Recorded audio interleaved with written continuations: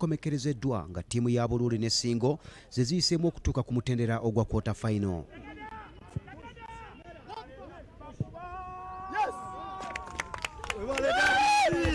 Buluuli eyiseemu nga yeekulembedde ekibinja kino n'obubonero 8 okuva mu mipiira 4 so nga ate Ssingo ekutte kyakubiri ng'ekungaanyiza obubonero 6. Buluuli ebadde emaze emyaka 8 nga teyitangako mu kibinja naye kino Ssingo kola kyanfukamana mu mwaka gwa 2 ekozesa abaana abawaka.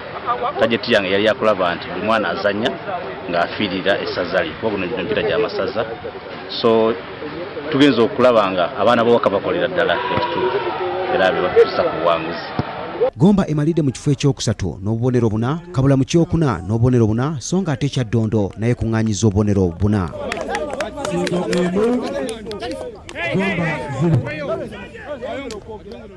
Omutendesi wa Buluuli Sibo Peter yeebazizza abazannyi be olw'okusobozesa ttiimu okutuuka ku kigendererwa eky'okuyita mu kibinja. Ono agamba bagenda kuddayo beetegeke bulungi basobole okwongera okukola obulungi. Kibinja kibadde si kyangu kuva mu ntandikwa tubali tugeza kubeera ku toopu naye era ne batujjayo bwe bityo kibadde ekyo competition y'amaanyi nnyo.